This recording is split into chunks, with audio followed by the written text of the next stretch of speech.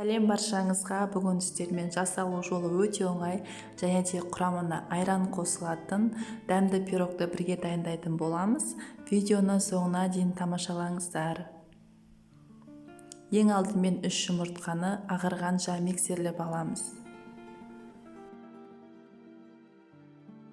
Жұмыртқалы массаның үстіне қантты аз-аздан салып отырып, жақсылап миксерлеп аламыз. Миксерлеп алғаннан кейін үстінен сұйық майды және де айранды құятын боламыз. Достар, қажетті грамның барлығын төменге описанияға қалдырып кетемін. Сол жерден кіріп қарап жасап көріңіздер. Толығымен бір келкі массаға айналғаннан кейін ендігі кезекте ұнымызды елеуіштен өткізіп салатын боламыз.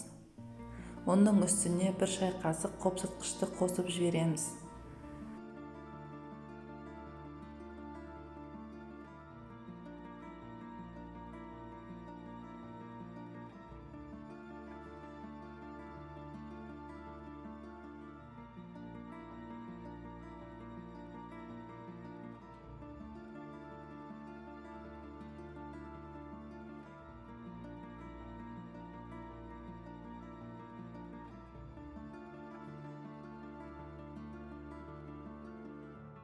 Міне бізде осындай қою қамыр шығуы тиіс. Енді осы қамырды формамызға құйып, қызып тұрған пеште 180 градуста 20-25 минутта пісіріп алатын боламыз.